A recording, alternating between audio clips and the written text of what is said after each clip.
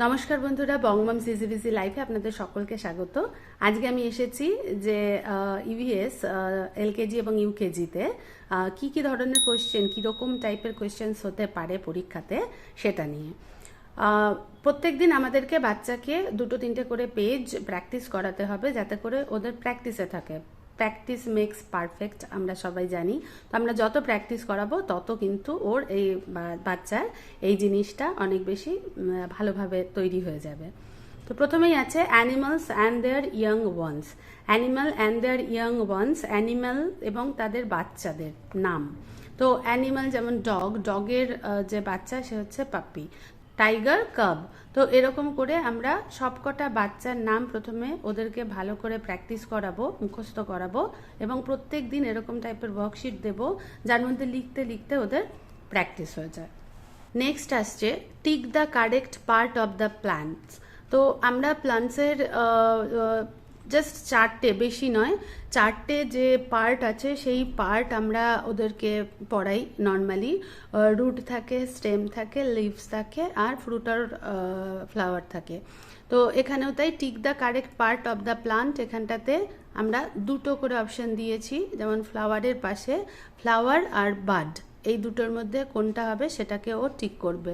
Root আর stem যেটা হবে সেটাকেও ঠিক করবে। তো এরকম করে পার্ট অফ দ্য প্লান্ট যা আছে সেইটার প্র্যাকটিস ওদের হয়ে যাবে, নামগুলোও মুখস্থ হয়ে যাবে, এবং যে স্পেলিং আছে স্পেলিংগুলো ওরা লিখতে পারবে। Right P for pulses, G for grains. আমাদের সকলেরই একটু ভুল হয়ে যায় পালসেস অ্যান্ড গ্রেনসের মধ্যে। তো এখানটাতে যেমন আছে peanut, kidney beans, wheat, rice and maize. তো এবার বাচ্চাকে আগে তো কনসেপ্ট ক্লিয়ার করতে হবে। ইভিএস মানেই তাই, ইভিএস মানে আমার আশেপাশে যা আছে দৈনন্দিন জীবনে আমি যেগুলো ব্যবহার করছি, খাচ্ছি, ঘুমোচ্ছি, পড়ছি, বেড়াচ্ছি, আশেপাশে যত কিছু আছে সেই জিনিসটাকে ভালো করে জানা বাচ্চাদের। তো সেই জন্য আমরা যখনই প্র্যাকটিক্যালি, যখনই আমরা ধরুন বাড়িতে ডাল, চাল, হোয়াটএভার আমরা ইউজ করছি, ব্যবহার করি ওরা রান্নার জন্য বা কিছুও, বাজারে যাই যখন বাচ্চার সাথে একসাথে, তখনই আমরা ওদেরকে এই সব জিনিসগুলো ভালো করে শিখিয়ে দেবো। ইভিএসে আমাদের এরকম অপশনস, এটা পি অর জি যেটা হবে সেটা ওকে এই বক্সের মধ্যে লিখতে হবে। তো এরকমভাবে করতে করতে ওদের জিনিসটা অনেক বেশি প্র্যাকটিস হয়ে যাবে। নর্মালি ইভিএস ওরাল থাকে ম্যাক্সিমাম স্কুলে, আবার কিছু কিছু স্কুলে কিন্তু রিটেনও থাকে। তো কিছুটা রিটেন থাকে, কিছুটা ওরাল থাকে। তো ওরাল হোক আর রিটেন হোক, যাই হোক, মোটামুটি কোয়েশ্চেন একই থাকে, একই টাইপের জিনিসই শেখানো হয়। তো সেই জন্য আমরা এরকম টাইপের কোয়েশ্চেনগুলো ওদেরকে সলভ করতে দেবো বাড়িতে। Match animals with their home. বাচ্চারা ম্যাচিং করতে ভালোবাসে, এই কথাটা আমি প্রত্যেকবার বলে থাকি। তো আমরা কোয়েশ্চেনের আকারে ওদেরকে জিজ্ঞেস করতে পারি যে র্যাবিটের হোম কোনটা, কাউয়ের হোম কোনটা। আবার এরকমভাবে আমরা কোয়েশ্চেন পেপার তৈরি করে পাশে সমস্ত দেওয়া আছে, আর এদিকে ছবি আঁকা আছে। আপনারা চাইলে ছবি দিয়েও দিতে পারেন, ছবি যদি দেওয়া পসিবল না হয় তাহলে জাস্ট ম্যাচিং, র্যাবিট লিখে পাশে এটার ওর বাড়ি যেটা, এরম করে সব দিতে পারেন, আর ওকে জাস্ট ম্যাচিং করতে বলতে পারেন। তো এই হচ্ছে টিক দ্য কারেক্ট আনসার। তো এই যে কোয়েশ্চেনগুলো, এই কোয়েশ্চেনগুলো আমরা মুখে মুখেও করতে পারি বাচ্চাকে। আবার লিখতে যদি দিই তাহলে মনে থাকে বেশি, এটা আমরা সবাই জানি যে আমরা লিখে লিখে প্র্যাকটিস করি। তো বাচ্চার ক্ষেত্রে তো লিখে লিখে প্র্যাকটিস করার ব্যাপার থাকে না, ওদেরকে এইরকম কিছু ওয়ার্কশিটস দিতে হয়। যেমন উই হিয়ার উইথ আর আইজ, নোজ আর ইয়ার, এই 3টে অপশান আছে। এই 3টের মধ্যে যেটা কারেক্ট হবে সেটাকে টিক করতে বলুন, বা এই বক্সটাকে, যেমন ধরুন এখানে উই হিয়ার উইথ আওয়ার ইয়ার, তাহলে ইয়ারের যে বক্সটা আছে সেই বক্সটাকে একটা কালার দিয়ে ফিল করতে বলুন।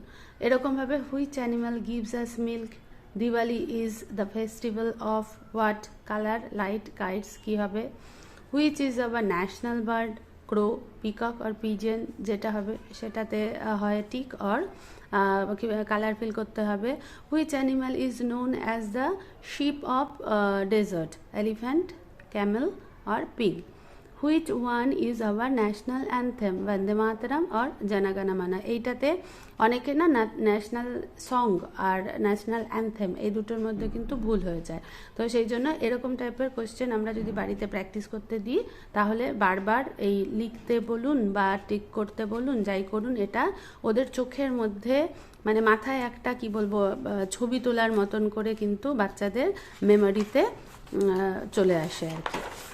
ফিল ইন দ্য ব্ল্যাঙ্কস একই, আমরা যদি কোয়েশ্চেন আকারে ওদের কোয়েশ্চেন করি সেরকমই ফিল ইন দ্য ব্ল্যাঙ্কস যদি করাই, লিখবে, বানানগুলো জানতে পারবে, পাশাপাশি হচ্ছে মনে থাকবে বেশি।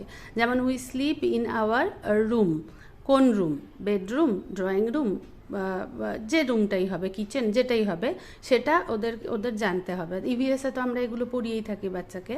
উই টেস্ট উইথ আওয়ার কি হবে সেটা লিখবে। Dash is a juicy fruit, table, chair আর dash thing, non living living things আমরা পড়িয়েছি বাচ্চাকে। তো এই কোয়েশ্চেন বা এই ফিল ইন দ্য ব্ল্যাঙ্কসের মাধ্যমে আমরা অনেকগুলো জিনিসকে কিন্তু কভার করে ফেলতে পারবো। এখন আমি একটা হেল্প বক্সও দিয়ে দিয়েছি, মানে ইন কেস অফ বাচ্চা এগুলোর ভেতর থেকে একটা একটা করে বের করতে পারে এবং সেটাকে হচ্ছে লিখতে পারে ফিল ইন দ্য ব্ল্যাঙ্কসের মধ্যে। তো এখান থেকে তুলে তুলে ও ওখানটাতে লিখতে পারে। যদি বাচ্চার একদম মনে থাকছে, মানে আগে আমরা কোয়েশ্চেন করে দেখে নিলাম যে ওরা এমনিই পারছে, তাহলে আর হেল্প বক্সের দরকার নেই।